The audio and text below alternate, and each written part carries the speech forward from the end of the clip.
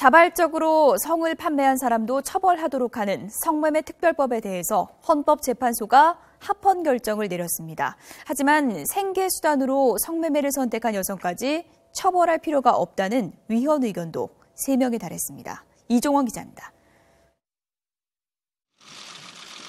헌법재판소의 결론은 6대3. 성매매 특별법 처벌 조항이 합헌이라는 재판관은 6명, 위헌이라고 본 재판관은 3명이었습니다. 결국 위헌 정적수 6명을 채우지 못했습니다.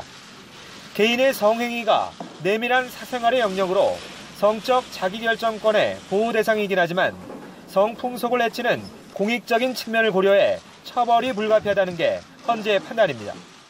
특히 헌재는 강요나 착취가 없는 자발적인 성매매라도 인간의 성을 상품화하는 것인 만큼 성판매자의 인격적 자율성을 침해할 수 있고 성매매 산업이 번창하는 등 부작용도 우려했습니다.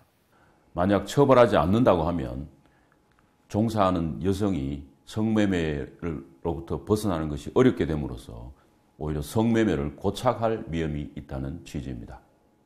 이에 반해 김희수, 강일원, 조용호 재판관 등 3명은 생계를 위해 성매매에 뛰어든 사람들까지 형벌로 다스리는 것은 부적절하다는 소수 의견을 냈습니다.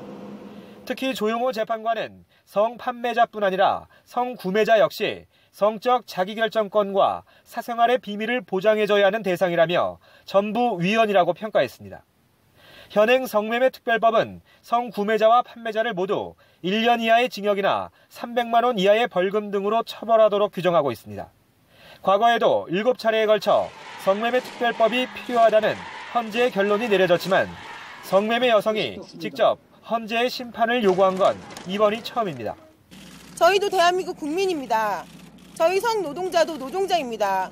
오늘 판결에 대해서 절대 굴복하지 않고 앞으로 성노동자 조합을 창설해서 저희는 유엔까지 갈 생각입니다.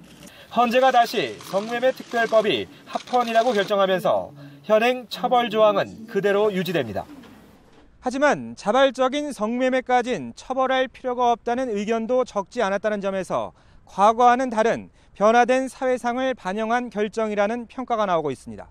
YTN 이종원입니다.